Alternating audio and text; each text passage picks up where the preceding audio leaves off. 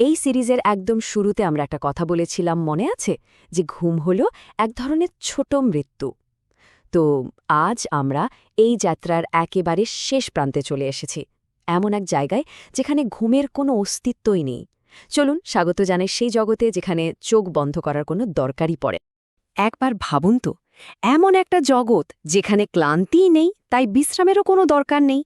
এই সিরিজের একেবারে শেষে এসে আমরা ঠিক সেই চিরন্তন জাগরণের রহস্যটাই জানতে চলেছি।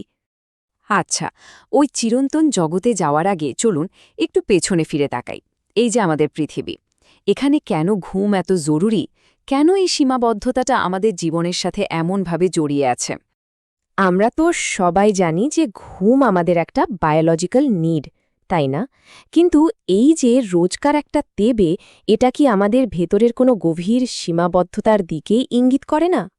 দেখুন, পৃথিবীতে আমাদের এই শরীরটা কিন্তু নিখুঁত না। প্রতিদিনের কাজকর্ম, ছোটাছুটিতে এটা ক্লান্ত হয়ে পড়ে, শরীরে টক্সিন জমা হয়। আর ঘুম হলো সেই অসাধারণ সিস্টেম যেটা আমাদের শরীরকে রোজ রিপেয়ার করে, নতুন করে শক্তি যোগায়। সোজা কথায় ঘুম আমাদের মনে করিয়ে দেয় যে আমরা অপূর্ণ। তো পার্থিব সীমাবদ্ধতার কথা তো হলো, এবার চলুন এমন এক জগতে যাই যেখানে এসবের কোনো বালাই নেই। জান্নাত মানে স্বর্গের মূল কনসেপ্টটাই হল পারফেকশন বা পরিপূর্ণতা। সেখানে আমাদের শরীর হবে একদম নিখুঁত, আর শক্তি থাকবে অফুরন্ত।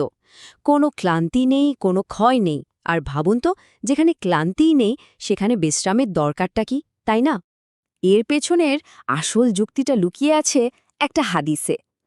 বলা হয়েছে, ঘুম হল মৃত্যুর ভাই, আর জান্নাতের অধিবাসীরা কখনো মরবে না।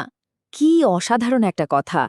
মানে, জান্নাতে যেহেতু মৃত্যুই নেই, তাহলে তার ভাই অর্থাৎ ঘুমেরও সেখানে কোনো জায়গা নেই। লজিকটা খেয়াল করেছেন? তাহলে ব্যাপারটা কিন্তু একদম পরিষ্কার। পৃথিবীতে আমরা ঘুমাই ক্লান্তি, শরীরের ক্ষয় আর আমাদের নশ্বরতার কারণে। জান্নাতে এসবের কিছুই নেই। আর তাই ওই যে আমরা বলছিলাম ছোট মৃত্যু, সে ঘুমেরও ওখানে কোনো প্রয়োজনই পড়ে না। কিন্তু এই যে অনন্ত জাগরণ, এরও কিন্তু দুটো দিক আছে, দুটো সম্পূর্ণ বিপরীত দিক। একদিকে যেমন আছে অফুরন্ত আনন্দ, ঠিক তার উল্টো দিকে আছে সীমাহীন যন্ত্রণা। এই যে দেখুন, কি অবিশ্বাস্য একটা বৈপরীত্য! জাহান্নামের অধিবাসীরা, তারা ঘুমাতে পারবে না, কারণ তাদের যন্ত্রণা এতটাই তীব্র যে ঘুম আসবেই না। তাদের জন্য জেগে থাকাটাই একটা শাস্তি, একটা অন্তহীন দুঃস্বপ্ন। আর অন্যদিকে জান্নাতের অধিবাসীরা, তারা ঘুমাতেই চাইবে না, কারণ তারা এক সেকেন্ডের জন্য ওই অফুরন্ত আনন্দটা মিস করতে চায় না। তাদের জন্য জেগে থাকাটাই হলো সবচেয়ে বড় আশীর্বাদ। একটু কল্পনা করুন তো, এমন একটা জায়গা যেখানে প্রতিটা মুহূর্ত আগের মুহূর্তের চেয়েও বেশি আনন্দের। এমন জায়গার একটা সেকেন্ডও কি কেউ চোখের পলক ফেলে নষ্ট করতে চাইবে? মনে হয় না। আর ঠিক এখানেই আমাদের এই আলোচনা তার চূড়ান্ত পর্যায়ে চলে আসে, ঘুম থেকে অনন্ত জাগরণের দিকে। এই যে পৃথিবীতে আমাদের জীবনটা, এর ক্লান্তি, বিশ্রাম, স্বপ্ন, সবকিছু আসলে একটা অস্থায়ী পর্ব ছিল। ভাবা যায়, সেই স্বপ্নের পর্বটা এবার শেষ।